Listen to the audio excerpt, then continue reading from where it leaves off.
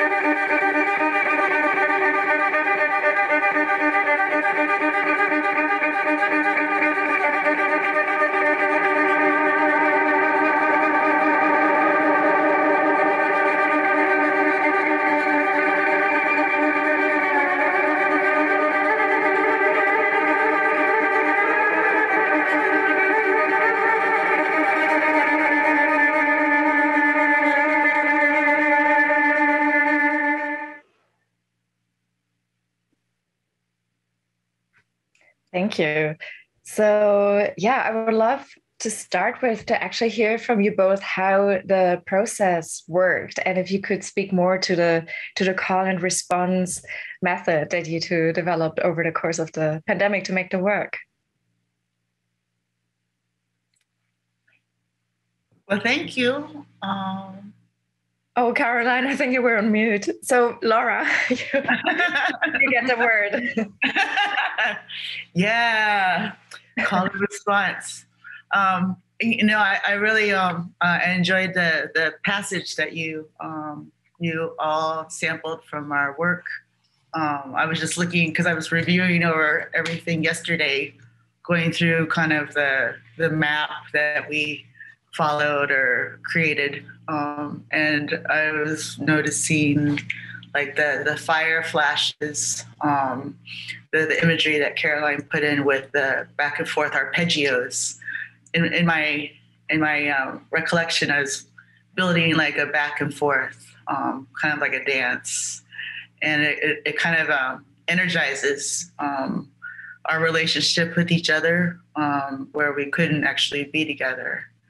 So I don't know. It kind of starts with like we talked for a while about how to make this happen when we're far away, and it really helps that we were friends to begin with, and get this cool opportunity to collaborate in such a meaningful way during such crazy times.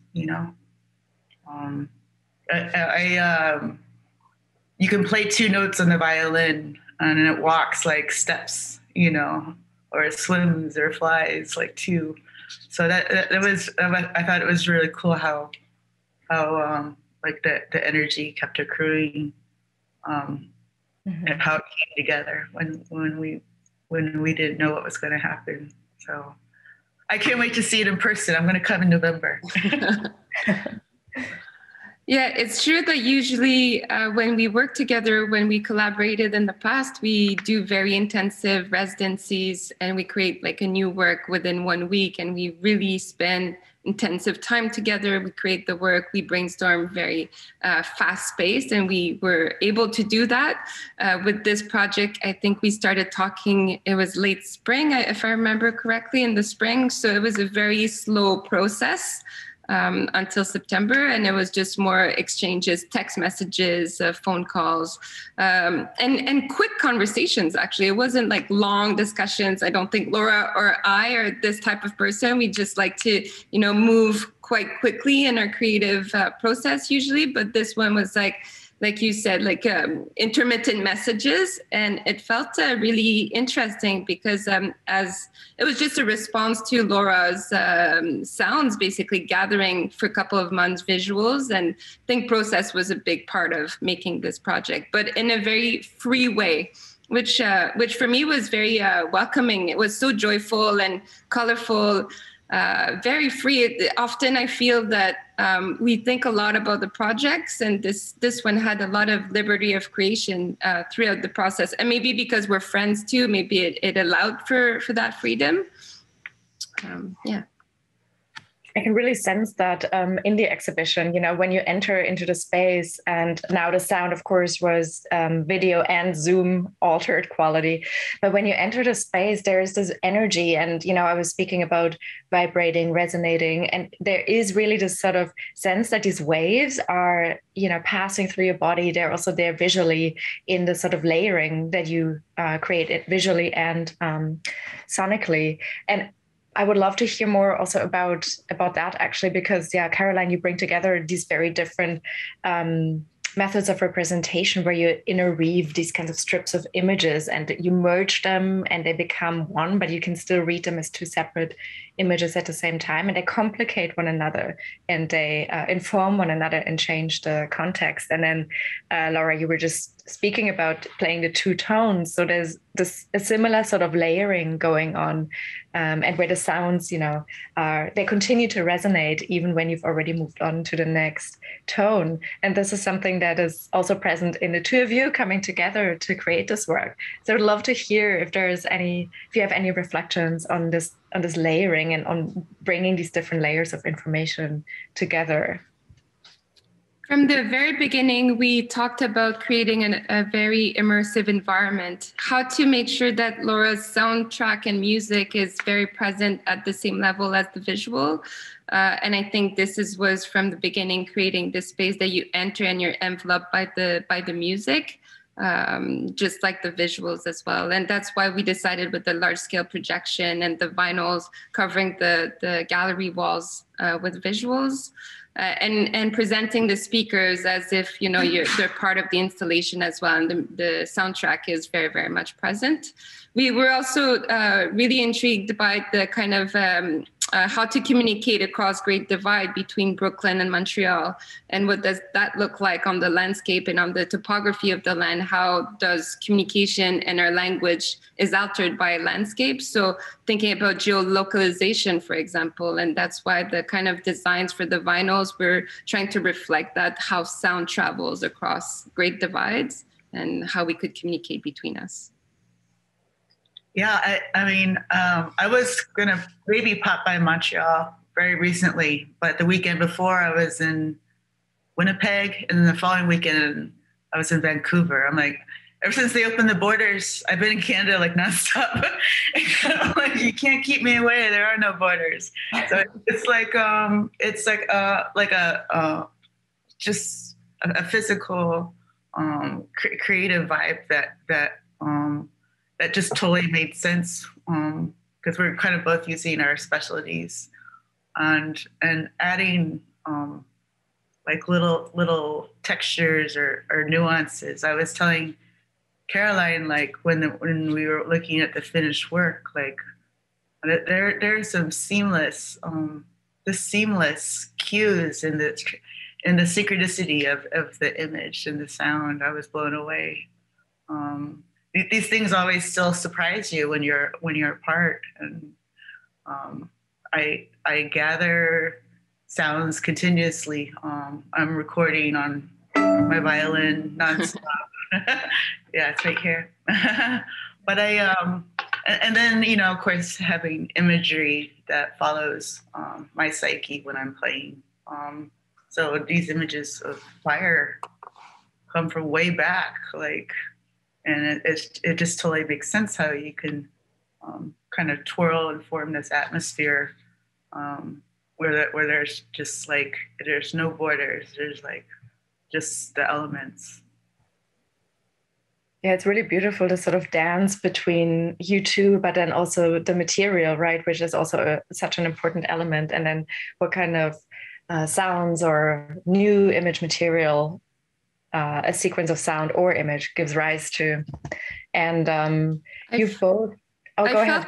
I felt like Laura's music was quite cinematic as well. And I think the process of the call and response added this kind of very fragmented, kind of almost deconstructed feel to the piece. And I mean, the video and the sound lasts for 30 minutes. So there was a willingness from us that the viewer would enter the room and kind of come into a meditative state, that you're going through different emotions and different kind of plateaus or tableaus, actually, like different section of the video, and they're not all the same. And the video reflects kind of that sound from Laura that it is kind of divided and fragmented. And I think it was super interesting to work like that, because we were talking about, you know, how our memories are formed from the nation around us.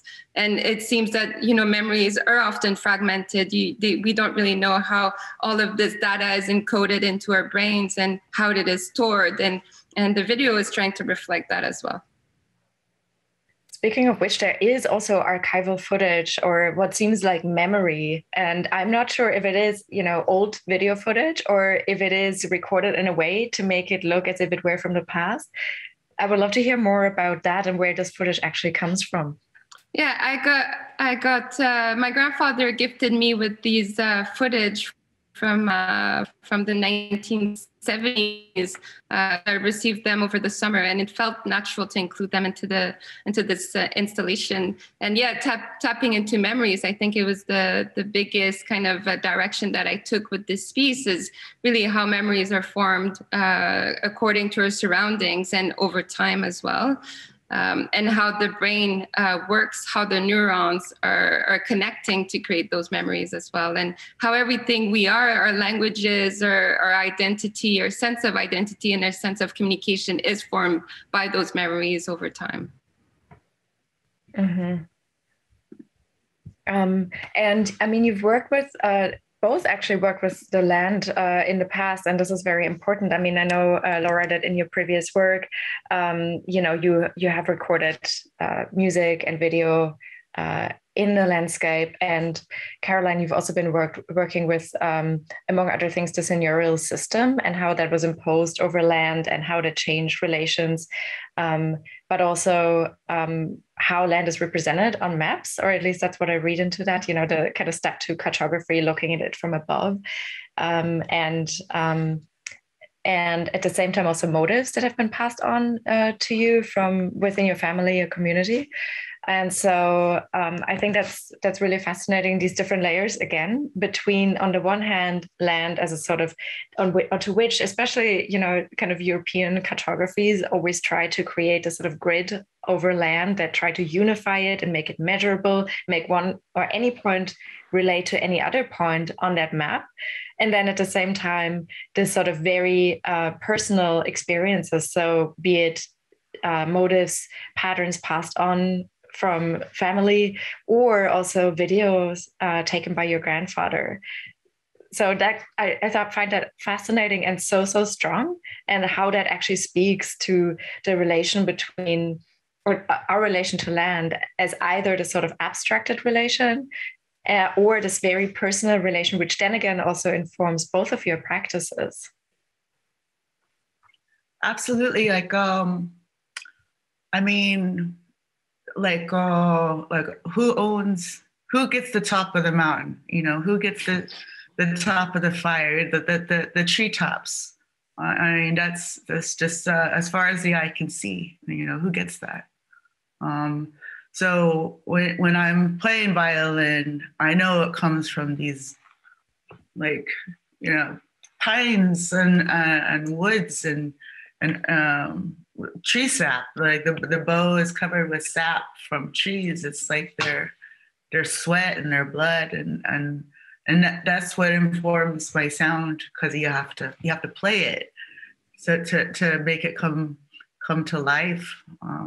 And that's my true appreciation for playing the violin. So when I see the forest and walking through the forest, especially towards the end of our installation, I was just like, yeah, like I'm right there, we're together. So it's all kind of hugged together like that. You know, I'm a huge lover of violins, but I only have 2 violins I play on. So I think this kind of duality of options keeps me humble, but also very appreciative of where these sounds are coming from. Mm-hmm. I think there's a real tension between our emotional response to land and how we connect to land. I believe that everything comes from the land, our languages, our cultures, our identities, wherever the land we're from really dictates like who we are as individuals. And there's a tension between that and the structures that are imposed on land, like you said, cartography or the fragmentation of land, how land is sold and altered by human activity. So I'm really interested between that tension and how it affects, you know, societies and people and families over time. And I think in this video piece, there's a little bit of that too. It's like, you know, it starts with family videos at a camp, in the community of 𝘗𝘰𝘮𝘰𝘮, and then it moves into the town nearby. So there's just this kind of tension between being out on the land and then being more, surrounded by concrete, and how it affects you also as an individual. And the sound becomes different. You taste different. You think differently. I think all your senses are altered by whatever your surroundings are. It's so powerful. And at the same time, you both also work with industrial places, and you both also live in cities, at least part of the time. And I know, Caroline, in your previous work, also the 𝘍𝘰𝘶𝘴𝘦, the work about the bridges, or the fear of bridges, that was very much looking into landscape and industrial sites as well, and reacting to that. And I mean, Laura, living in Brooklyn as well, it's very sort of urban. So yeah, how do you navigate that sort of space? I do it orally, like you can sensing, like these have huge radars or antennas attached, and it helps me navigate. In from my house to yours, there's lots of samples of subways or traffic, or like creaks in a doorway that echoes an entire warehouse, or creaking floors, or like insects, tree frogs from like blocks away, stuff like that. So I know where I'm at in reaction to how it does bounce across my turf. I walk on top, I walk within. So to be able to go underground and down into the subways, sometimes I'm like, I wonder if I can hear my house. And if I get low enough, I can.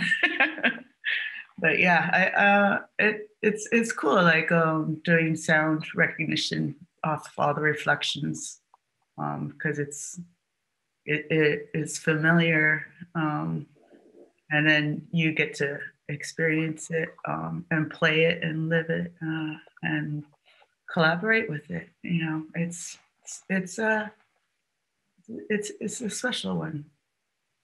I loved it when Laura sent me some of the sound bites and the more industrial sounds of subways, but also just in the cityscape. And then to put, for example, bugs at night on top of those kinds of visuals, they just take a new meaning, the image becomes something else. You see different things, juxtaposing sounds with different images.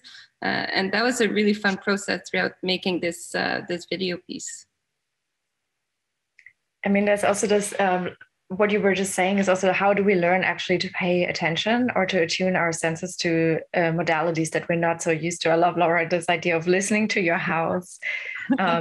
It's just brilliant. I love looking, out for places that I know, but I haven't thought about listening out to places I know as I'm passing on a train, for example.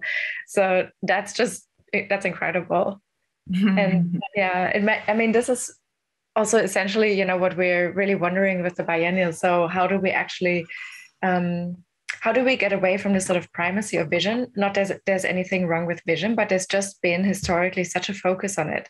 And, many people have critiqued that. And one of them is Donna Haraway, who also looks at the technologies of vision, which very often come from the military industrial complex. And indeed also, the telescope and so on, which have been used in, colonial explorations.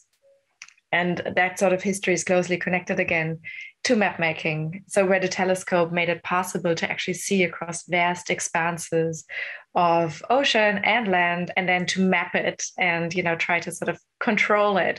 And so what are other ways of relating with land, through, for example, sound, or through a more complicated idea of vision, which is not so much based in understanding, but which is a much more emotional relation with land. And this, to me, is very, very present in the exhibition. Mm-hmm. I think we're also very lucky to live in today's world where we can have access to, Instagram messages or just text messages, emails. We were able to communicate very fast from wherever Laura or I were on the land in our surroundings. At one point, Laura was in France for a residency. I was out in the woods for a little while, and still our realities are in Montreal, but we were still kind of moving around, and we could communicate very, very rapidly. And it was always, the title of the video is called From My Home to Yours. And it came from at the very beginning when we started exchanging for this project. Laura would always sign off her emails saying From My Home to Yours. And it just felt obvious that this would have to be the title for this collaboration, right? That's such a poetic way to say, and here is what I'm giving you now in this particular moment. When I was away in France I was there for a month in the south of France, all of August, and I wasn't sure if I was going to be able to go because of COVID, and I was pretty consumed and concerned for health and traveling, and then I made it, and I missed the opening of Momenta. Because I was in the south of France, but I was thinking continuously too about how this piece just kind of keeps generating ideas of where we are. Like I was trying to imagine like the middle point between where our work is and where I was swimming in the Mediterranean. Like, was there a little middle point, like he could pierce the bottom of the ocean? Where nobody thinks about except for maybe me at that moment, and the stuff like that just like drives me. I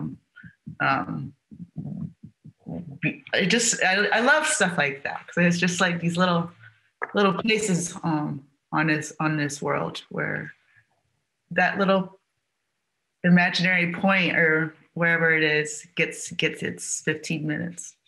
I don't know, but it's just so, I don't know. I got to put these little messages in a box and smoke it. I don't know.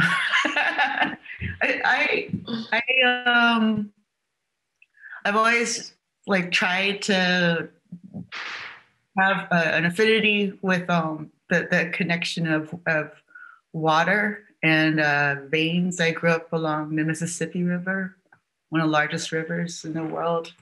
And then over here in New York, and just figuring out how the waters work from here to where Caroline was fascinating. Yeah. It never ceases to astound me. Like all these little places where I picture somebody and myself and where's our meeting. So like the mirror images of Caroline's videos was very much in sync with my thoughts.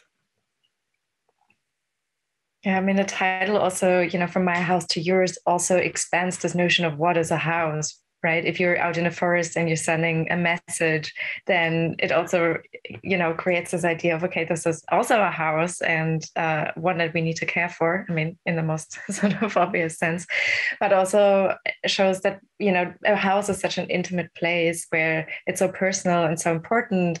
And so to share that and to send something, like you were saying, here's this gift that I'm giving you now, this kind of bond that it creates and the kind of reciprocity that it creates, again, call and response, that's also really, really powerful. And then, of course, the spot in the ocean between south of France and and Montreal. I would love actually to hear more also about the kind of pattern or this mirroring in the video. Caroline, if you could say a few words about that.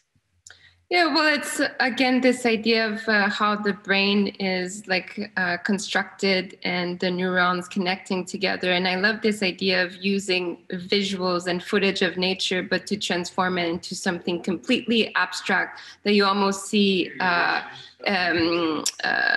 figures into it or kind of mythological spirits into those images. And it also reminds me of the Rorschach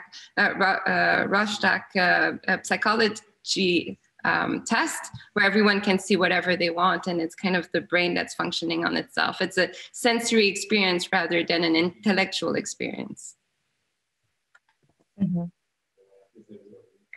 I mean, that's the interesting thing too, the sort of the very geometric or the fractals, which are also found in nature and which are the essence of crystals and of leaves and all of this, and how actually nature is a producer of abstract images and shapes as well, and then how they correspond with our brain.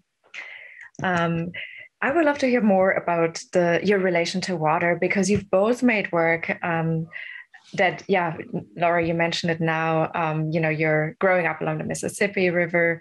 You also said in one talk, I believe, that you consider Flatbush as a sort of river of people moving past and cars moving past. And Caroline, you've made the work like Ships in the Night, which looked particularly into the Atlantic Ocean and into the ecologies, but also the, exchanges that have happened across the Atlantic, industrialization, hope, despair, and so on. So how come the relation to water? Well, I think water is life from the beginning, and we're kind of composed of I think 70% of water ourselves. And if the moon can affect the tides of this world, probably affects also our emotions and our bodies in very interesting ways. And also water is often where close to water is, the old traditional highways. Rivers are traditional highways. They're ways for us to communicate and connect with people. So I think, yeah, water has a very strong symbolism around it. Yes, the reflections of water, just the sparkly is ever fascinating. It's just you can't duplicate that. What it appears in all these forms. I'm here in Western New York on an artist residency, and it would be raining one second and bright sunny the next, and you could see all the rain off the beautiful fall colors here. Rainbows everywhere. They're tying all this water across the beautiful tapestry of places. So it's very shimmery, reflective, and it's very necessary because it also adds a lot of joy and wonder, which is pretty damn important to me. Yeah, the reason I ask is because to me, the exhibition almost feels like you're diving into a pool of water. I mean, of course, there's different images. There's, fire, but there's also the archival footage, but there's this kind of tint of blue. It is pretty dark. You have the big speakers. The sound is all encompassing when you enter the space. So it does feel a little bit like being immersed in a body of water where the divides between yourself and everything surrounding you are much less present than in air. So I feel really at home in water. I feel like I'm held, like very safe. And then the other thing is too that sound travels so differently in water. So it changes the way that we perceive if we hear underwater at all. But it is maybe 4 times faster than how it travels through air. So also this change of perception.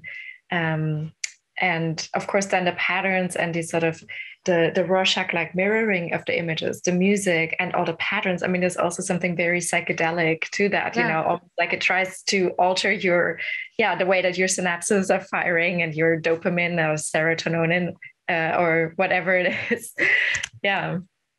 Yeah, there's a want to the experience to be quite soothing, actually, to connect with something bigger than ourselves, but at the same time, try to tap into a meditative trance state where you start, forgetting that you're watching all these images. Your brain starts tapping off and starting to reconnect with something that is bigger than yourself. And it's an attempt, we tried to deliver something that was free and colorful and just with a lot of liberty, I think.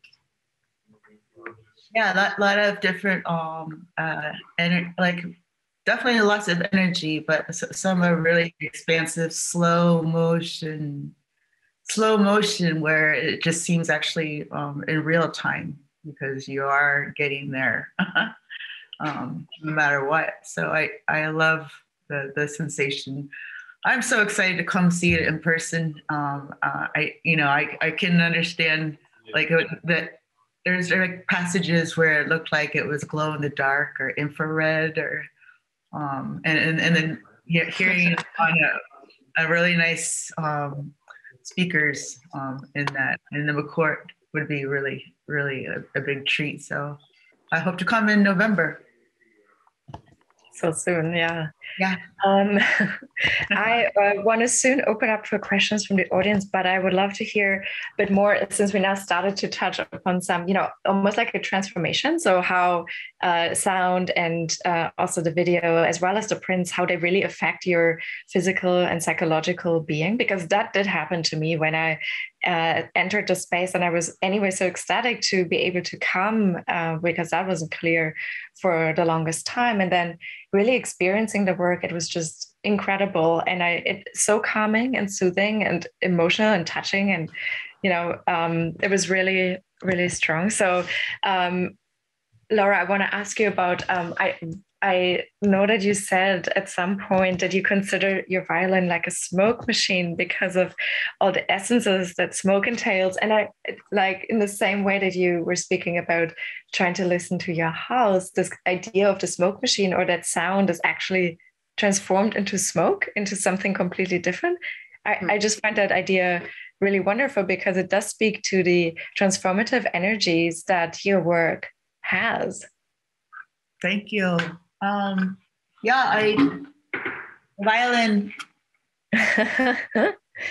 It's covered in tree sap, and it smokes. I was laughing the other day. I was like, I think 10 years ago, my voice used to be so much higher. I wonder how much rosin I've inhaled through the years.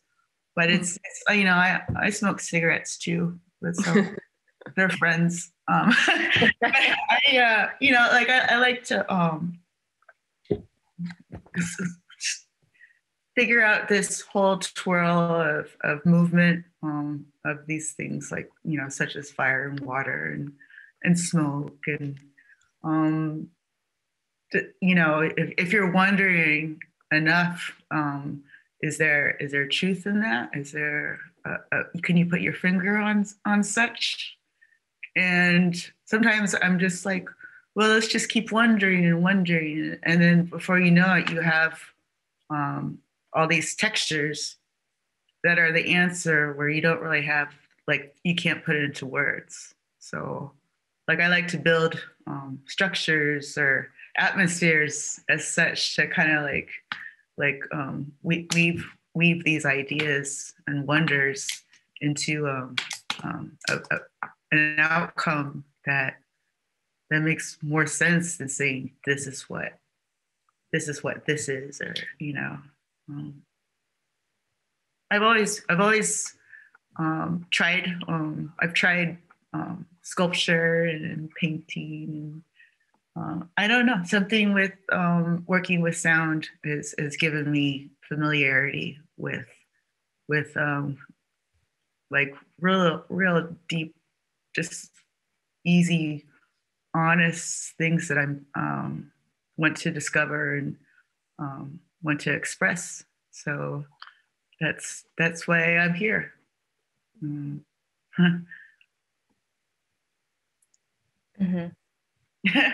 This is so, yeah, it's really beautifully said.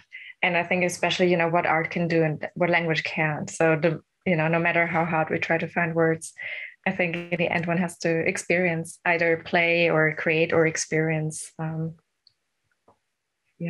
little everything. So we can take questions from the audience by either typing them into the Q&A or raising your hand. I believe you can raise your hand, but yeah, writing in the Q&A, I think, is the easiest option. We have one question here, which is, I was wondering if Laura and Caroline could talk about if they work often in collaboration with other artists and how it changes or impacts their work. Yeah, I do a lot of collaborations. I guess less and less these days because of pandemic, of course. This was Laura's collaboration was the only one I did in the last 2 years, I think. But on a daily basis, when I work in film, usually I work with technicians as well. And I think when it's a collaboration such as the one I did with Laura, it's a real meeting. We meet in the middle, and there's a real conversation happening. It's not just one artist that works at the depend of another artist. So it alters the work that you do for sure. I don't think I would have done this particular work without, being commissioned by Momenta to work with Laura in this thematic and exploring the themes. And actually, thank you so much, Stefanie, because you really trusted the process. You didn't really know. We didn't know what we were going to do until we made it. So it was a very interesting process for that too. And I think we were both pleasantly surprised with how it turned out. Yeah, I mean, thank you. And, I really love this kind of process when it is I love commissions, because it's a way to engage and to, it's such an honor to have you to create a work in, sort of responding to the theme of the biennial and to your take on it. And yeah. Laura, did you want to say something about collaborations? Oh yeah, I do perform solo. I make solo albums, but there's so much ground to cover with all these wonderful friends and chemistry and ideas that happen with Caroline and other artists that I work with on a regular basis. It has to be, it's kind of like a family of understanding, and I just can't help it because, Auntie Laura needs a hug, and I just, it's part of my chemistry, to play with others. It's part of my, I live alone. I'm single. I'm always yearning for bringing things together so we can all just hang out and communicate, which is very, very helpful, and it makes me a stronger person all the time, working with great minds on a regular basis. It's essential.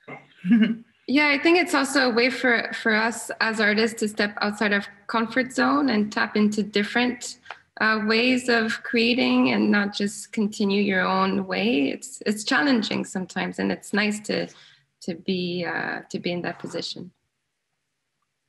Yeah, and I feel that it's such an integral part of work. I mean, I can speak from my own position as a curator, in this case, working with an amazing team.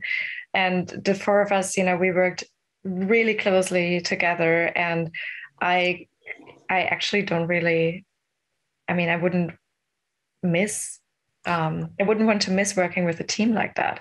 It's so much more joyous, and I believe the work gets more meaningful if you work with collaborators. We have another question here, and that is, Caroline, about your recent fiction film. And the question is asking, how do you approach fiction compared to artistic video or an art installation? Well, this project was such a fun project to work on. following the feature film, because the feature film is like 5 years in the making, and it's a lot of prep and preparation and a lot of thinking, and this installation piece with Laura was so instinctive, and it was more about honoring process rather than the actual honoring our collaborative process and putting that onto video than overthinking things. So it felt so good to be working on this project following a feature film. Mm-hmm. Yeah, I can imagine it's quite different. Here's another one. Caroline, did you take the footage of the forest walk specifically for this project, and what were you feeling and thinking as you did? Yes, I did. Most of the footage is taken as I was listening to Laura's sound bites.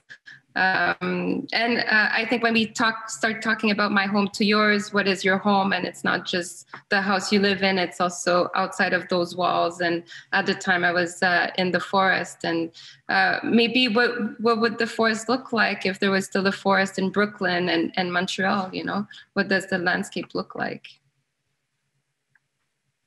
Mm-hmm. See if there's any more. There's no more questions right now. Do you have anything that you would like to add?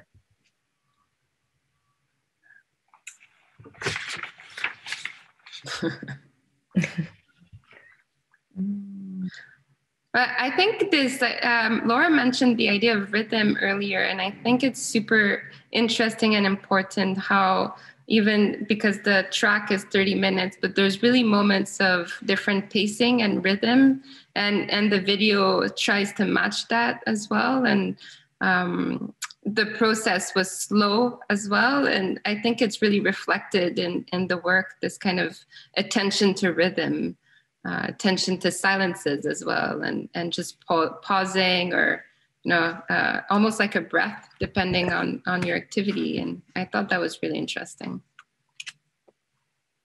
Yeah, the introduction, the very beginning of this piece for the music was one of the very last things I recorded. It's like a storm. Mm-hmm. I had like a microphone shooting outside of my window on Flatbush Avenue. It was like it was like in the middle of the night, maybe 4 a.m. It was like raining softly. And that was how I opened the piece, just to kind of make it super fresh, at least from my experience with this whole collaboration. So every time, like, I've been watching the video and stuff, that I get excited, because it's kind of like the rain is right there, because you can hear it so clearly, and it just gives you that kind of late night misty energy that I'll never forget. So, yeah. And tying that with just the very beginning is fascinating, exciting. And then there was a storm outside my house, and Laura has sent me the track already, and I was like, okay, I need the camera. I need to go film that right now. It's going to be too perfect. That's really great. We have somebody here, Catherine McMorrow, who would like to ask a question live. Hi, am I unmuted? You are, yes, hi. Oh, hi, ladies. I'm working in Niagara Falls right now, but I'm going to be back in Montreal next week, which is my home base. I just wanted to say how much I've enjoyed this. It's really been amazing. What Laura said about hanging out, this is one of the beautiful things of the internet and how we can hang out. Mm-hmm. I've got a call coming in a few minutes from South Africa, and I'm going to tell her about this. And I just congratulate all of you. And I'm so grateful to have this opportunity to hear about it and all your creativity. So thank you so much. Oh, thank you. Thank you. Thank you. All right, we have one more question here. When did you first begin working together, or what was the first piece on which you collaborated? We're in a band together. Yeah, Laura plays the violin and I'm a professional triangle player. I think was it 2017, Laura, that you came to Montreal, and we were asked to. It was a meeting, and we were asked to do a presentation at the Montreal Museum of Contemporary Art, and to do a set there. And we did along with 𝘍𝘳𝘲𝘴𝘦, another artist, and we did projections. Laura played the violin, 𝘍𝘳𝘲 was on the drum, and I was on the triangle. And it was a very experimental presentation, and we only had 1 week to create the piece. So we rehearsed intensively for 1 week, and it was super fun. It was wonderful. Yeah, I still have all those graphic powers. Like the video was so striking. It was great to play with. Yeah, our first collaboration was around being superheroes, and it was fun. All right. I'd love to hear more about that.